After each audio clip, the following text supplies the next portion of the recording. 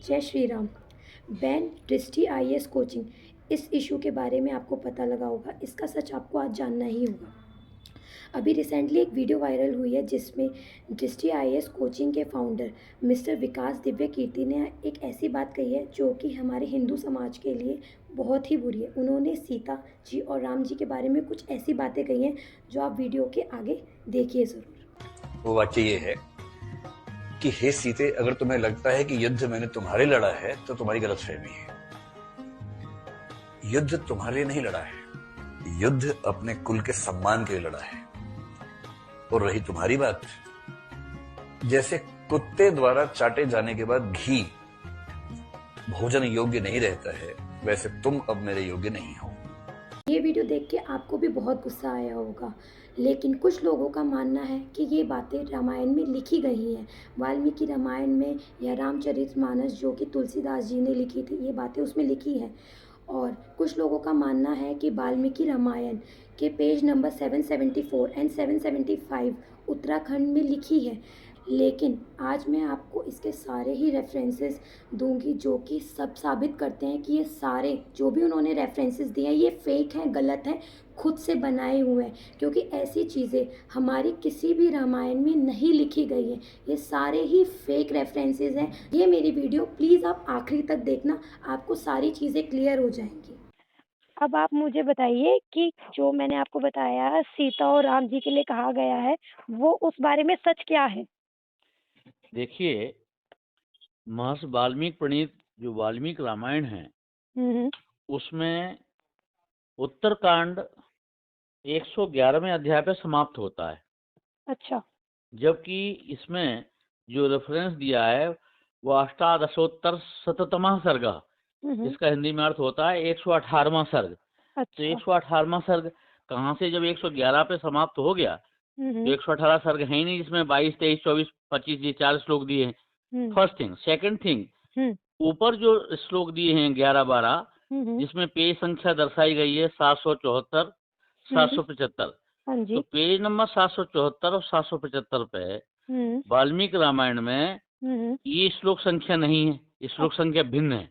अच्छा। चलिए इस भिन्नता को भी हम छोड़ दें, नकार कर दें, मतलब दरकिनार कर दें। हाँ जी। तो एक्चुअल में क्या है कि जो 774, 775 पे जो श्लोक संख्या है उनमें वो तथ्य नहीं है जो तथ्य इसमें दर्शाया गया है।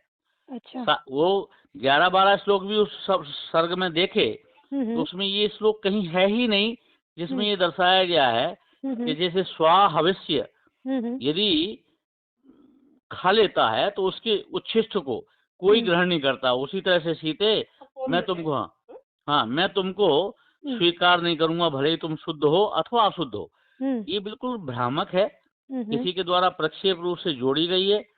ये हिंदू धर्म को या सनातन धर्म को विकृत करने के लिए कुत्सित मानसिकता का परिचायक है, इसके अतिरिक्त और कुछ नहीं।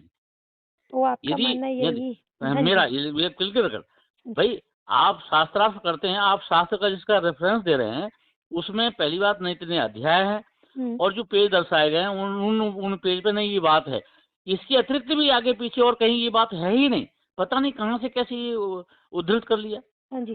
तो सर्वथा आपको मुझे ये और जानना है कि क्या वाल्मीकि रामायण में उत्तरकांड है? हाँ, बहुत अच्छा प्रश्न पूछा। एक्चुअल में क्या है ये भी प्रक्षेपित किया गया है, क्योंकि ये हमारे धर्मशास्त्रों का ग्रंथ रहता है। जैसे मैं आयुर्वेद का आचार्य हूँ, चरक में भी देख लो, ओल्डेस्ट जो संहिता है। ये लोग क्या करते हैं, हमारे ऋषि मुनि महात्मा की अध्याय जब कोई, वैसे तो हर अध्याय में वो समापन करते हैं तो बताते हैं कि अध्याय में है।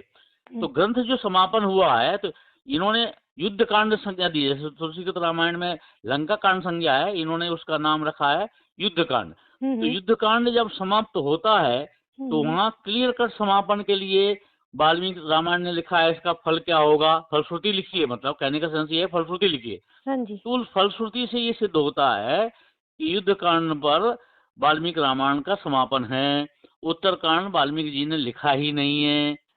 तो वो ऑथेंटिक रह ही नहीं जाता है। उसकी ऑथेंटिसिटी कहाँ से सिद्ध होगी? जब उस महर्षि के द्वारा जो प्रणीत ग्रंथ है और उस प्रणीत ग्रंथ में वो उसकी सब फलश्रुति लिख रहे हैं कि बेसिकली इसके अध्ययन से ये लाभ होता है हाँ जी, ना? हाँ जी, हाँ जी। तो जब उन्होंने समराइज उसे कर दिया, तो समराइज होने के बाद फिर दूसरा आख्यान कहाँ से जुड़ जाएगा, कहाँ से वो कह देंगे? हाँ जी, तो ये एक्चुअल में उत्तरकांड वाल्मीकि रामायण महर्षि वाल्मीकि द्वारा प्रणीत है ही नहीं, है ही नहीं। वो प्रक्षिप्त है, हाँ जी, प्रक्षिप्त अंश है, किसी भी चाहे किसी भी धर्मावलंबी ने जोड़ा हो उसको मेनलाइन करने के लिए, वाल्मीकि द्वारा प्रणीत नहीं है। अगर आप रामचरितमानस जो कि तुलसीदास द्वारा लिखी गई है उसमें भी देखेंगे तो आपको उसमें भी कहीं नहीं मिलेगा कि राम जी ने सीता माँ को ऐसी बात कही है। ये आपसे रिक्वेस्ट है, पहले आप पढ़िए रामचरितमानस जो कि तुलसीदास जी ने लिखी थी, और वाल्मीकि रामायण जो रामायण वाल्मीकि जी ने लिखी थी वो आप पढ़िए, उनको देखिए। उसके बाद आप प्लीज़ ऐसी चीज़ें सोशल साइट्स पे डालें क्योंकि ये हमारे हिंदू समाज को ख़राब करती है। होप आपने ये वीडियो पूरी देखी होगी और इसमें आपको पता लगा होगा कि ना ही वाल्मीकि रामायण में ना ही रामचरितमानस में किसी में भी ऐसा कुछ नहीं लिखा है और ये चीज़ें हैं ही नहीं जो कि वो बोल रहे हैं। तो प्लीज़ रिक्वेस्ट है, आप हिंदू धर्म को ना ही ख़राब कीजिए, ना ही उसके बारे में ऐसा बोलिए। हम लोग किसी भी धर्म के लिए नहीं बोल सकते, ना ही उसका अपमान कर सकते। तो हम भी चाहते हैं कि आप किसी भी धर्म के लिए और इवन हमारे हिंदू धर्म के लिए ऐसी बातें कीजिए। जय श्री राम।